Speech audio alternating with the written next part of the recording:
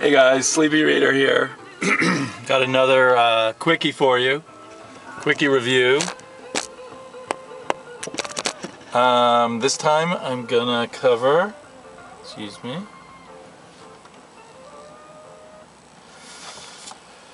Secret Service by Mark Millar and Dave Gibbons, and the latest DC Universe presents Black Lightning and Blue Devil by Mark Andreyko and Robson Rocha and Eau Claire Albert. So let me start with Black Lightning and Blue Devil. I think I remember Blue Devil from the 80s as kind of a goofy superhero, like I think maybe a movie stuntman or a movie actor who got trapped in this magic suit that gave him powers, but he could never get out of the suit. So far in this, the Blue Devil seems to be a teenager or young 20-something grandson of someone who owns the Blue Devil suit in an old rundown movie studio.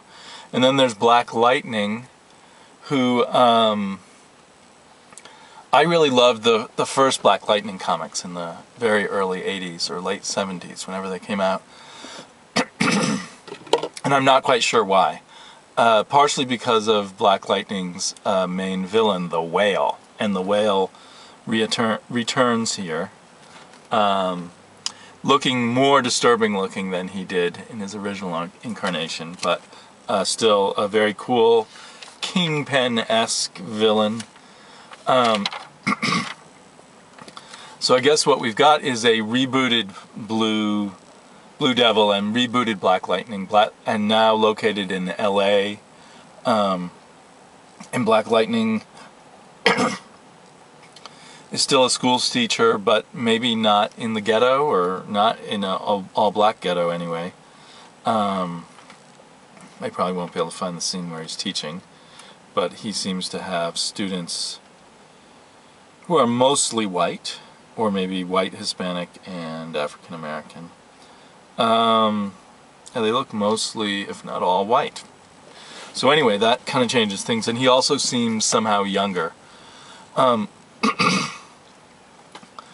So it's the beginning of, it's not a full story in this issue, it's the beginning of a plot involving both Black Lightning and the Blue Devil coming up against the Whale's mob and clashing with each other and arousing the ire of the Whale, who wants them knocked off. It's kind of a standard old-fashioned superhero story without any particular twists or kinks or anything unusual about it. I think it would be great for a younger comic book reader, someone who hasn't seen it all before, because I think it's well enough done on that level. For myself, I just sort of enjoyed it. You know, I didn't hate it. Didn't make any missteps.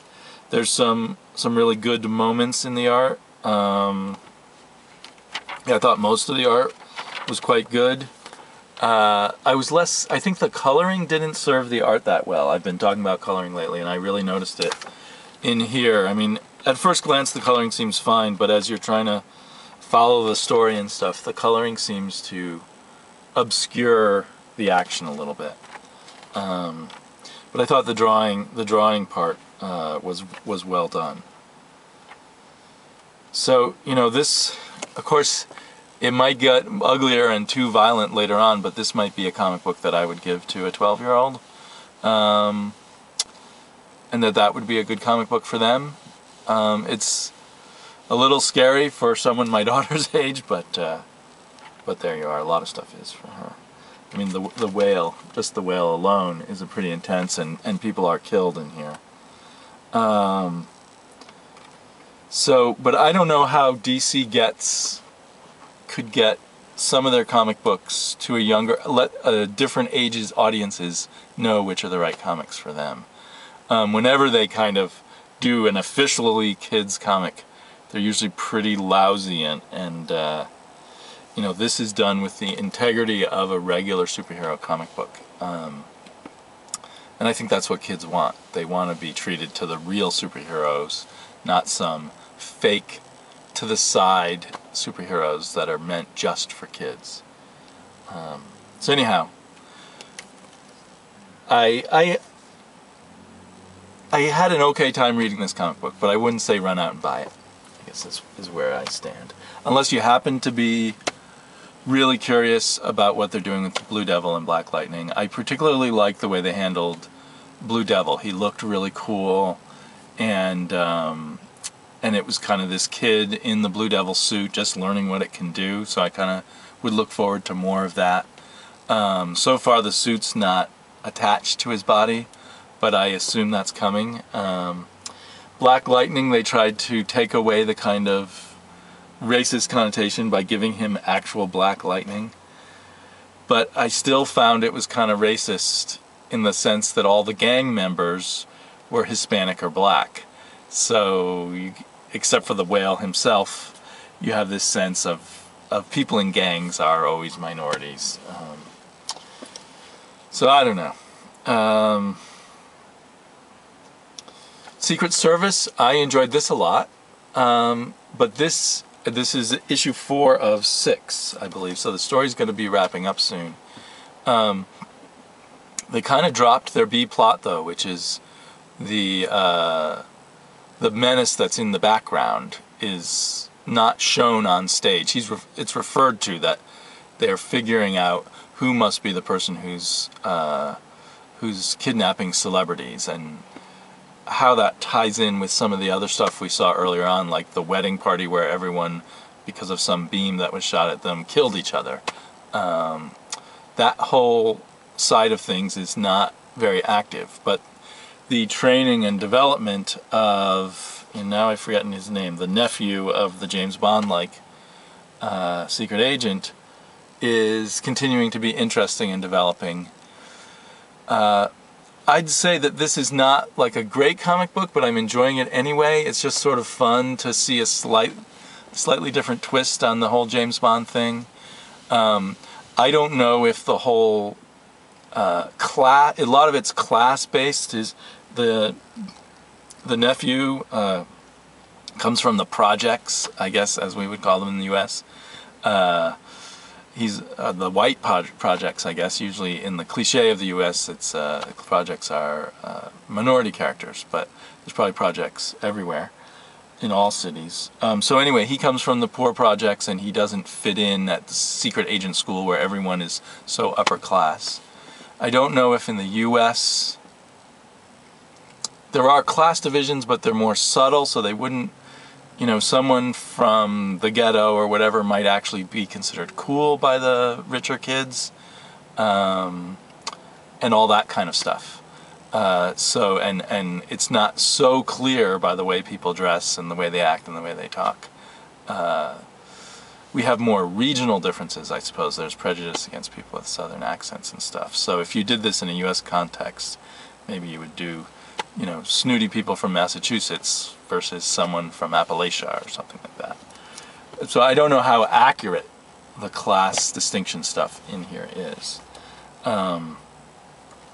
It seems like a kind of a fallback story whenever you're writing about England, and I don't know, you know, if it's that accurate. Dave Gibbons' art is not his best art. There's a sense of it being a bit rushed here, but it's still very good, sort of solid, workman-like comic book art, which I appreciate, and it tells the story well. And I can't wait to see if our hero kicks the ass of someone. I hope he really does kick their ass in the next scene.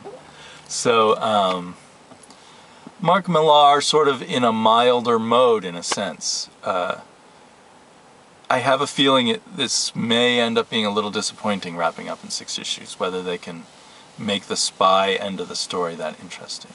Another little criticism I'll throw out is we have a sequence.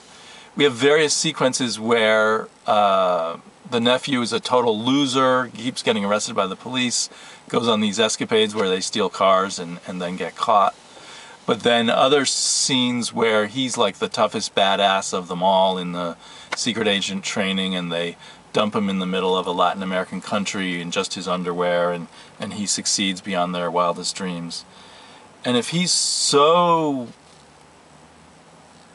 mother effing tough and can handle all these situations, how come when he's back in England in the projects or with his friends, he's such a wimp and he can't get anything right? You'd think with all these skills that make him such a great secret agent would also make him kind of the kingpin of his neighborhood if he chose to be a criminal.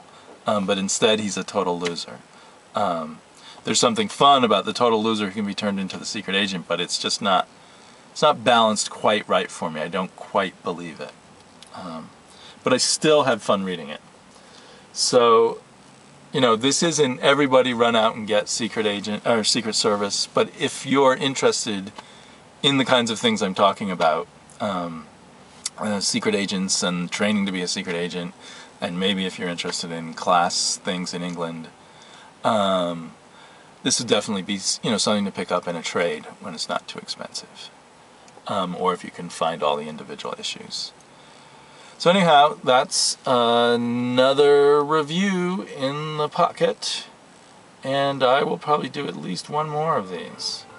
So I'll talk to you all later. This is Sleepy Reader, lunch break over.